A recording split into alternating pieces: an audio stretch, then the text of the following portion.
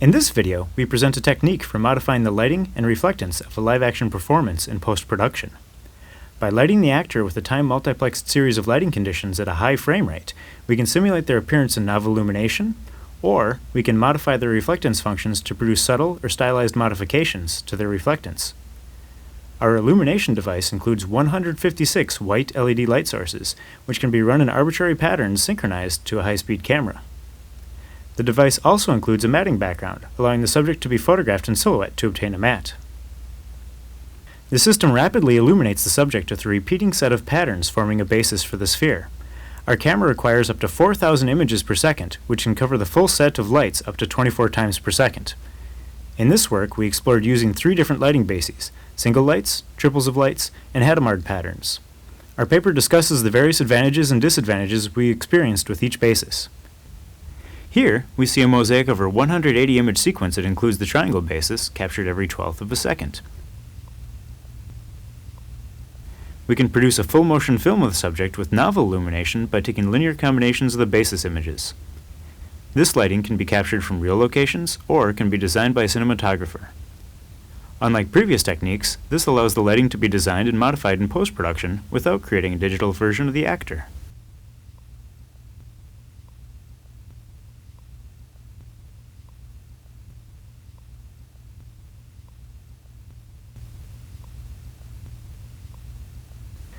Since our subject moves during the basis, we need to align the frames using image warping.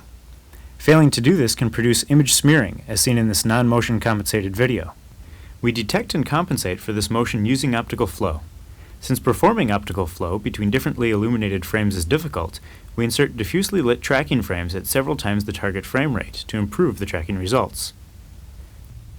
To warp the images, we first compute optical flow between the tracking frames. We interpolate this flow to warp each basis frame to the nearest tracking frame toward the target output frame. Then, we apply a second warp to transform the frame all the way to the target output frame. The optical flow is robust enough that we can slow the repetition of the basis to half that of the original frame rate. We can then record shots that are twice as long and expose each frame with twice the illumination. Finally, we can use the flow to add an appropriate amount of motion blur to the output frames, in this case simulating a 180-degree shutter.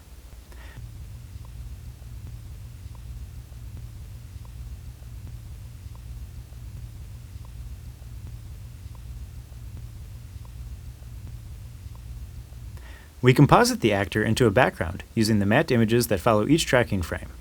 We compare the actor's image sequence to a clean plate sequence, letting us derive accurate alpha values and remove stray light from the background. Hey, faites attention à la crevasse là-bas. Hey, faites attention à la crevasse là-bas. We can process the reflectance functions of the performance to produce either subtle or stylized changes to the actor's reflectance. From the lighting directions, we can estimate surface normals using photometric stereo, seen here as colored normal maps.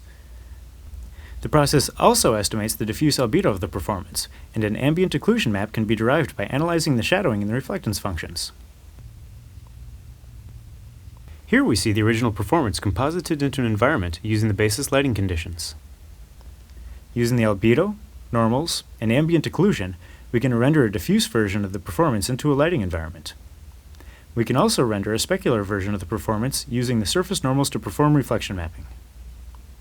By interpolating between these renderings, we can make the actor's reflectance either more diffuse or more specular.